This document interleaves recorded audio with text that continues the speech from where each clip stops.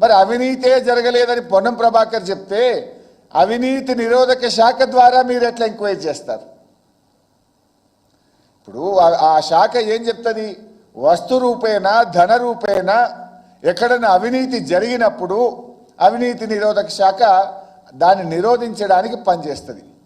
అవినీతే జరగలేదని రాష్ట్ర మంత్రి పొన్నం ప్రభాకరే చెప్తున్నాడు. మరిగా ఎక్కడుంది?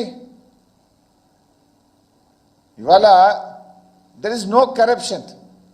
ఎట్ బెస్ట్ ఏదన్నా ఉంటే గింటే maybe some irregularity but not illegality. There is no illegality. ప్రొసీజరల్గా ఉంటే ఉండొచ్చు, కానీ అసలు ఏసీబీకి అవినీతే జరిగినప్పుడు దీన్ని విచారించేటువంటి అవకాశమే ఉండదు. ఇకపోతే ఈ ఈవెంట్ 2022లో మనం ఈవెంట్ జరిపితే 192 దేశాల ప్రజలు 50 కోట్ల మంది దీన్ని లైవ్ టెలికాస్ట్ చూశారు. అంటే 192 దేశాల్లో మన హైదరాబాద్ ఇమేజ్ను, మన తెలంగాణ రాష్ట్ర ఇమేజ్ను, మన దేశం యొక్క ప్రతిష్టను పెంచే విధంగా కేటీఆర్ గారు బీఆర్ఎస్ ప్రభుత్వం ఆ రోజు పనిచేసింది.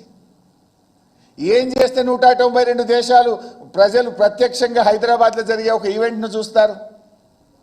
అంటే మన రాష్ట్రం యొక్క ప్రతిష్టను, గౌరవాన్ని ప్రపంచ పటంలో నిలిపే ప్రయత్నం చేసిండ్రు ఇవాళ కేటీఆర్ గారు.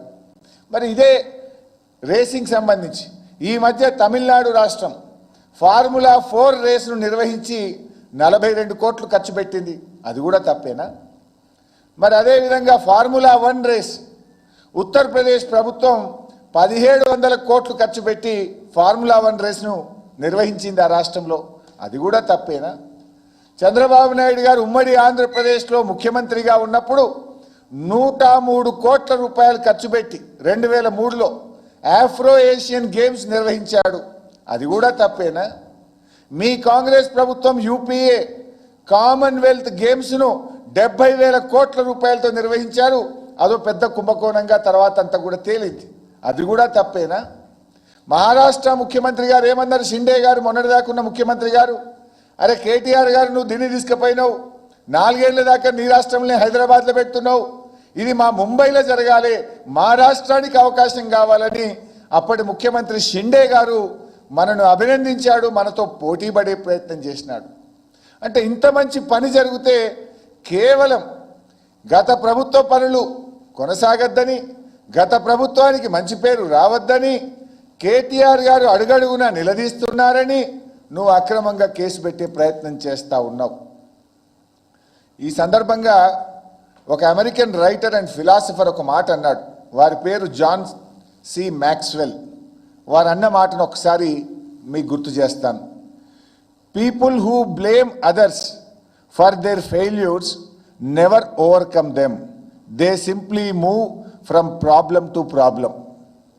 ఎవరైతే తమ ఫెయిల్యూర్స్ను వేరే వారిని బదనాం చేస్తారో వారు ఎప్పటికీ ఆ ఫెయిల్యూర్ నుంచి బయటపడలేరు.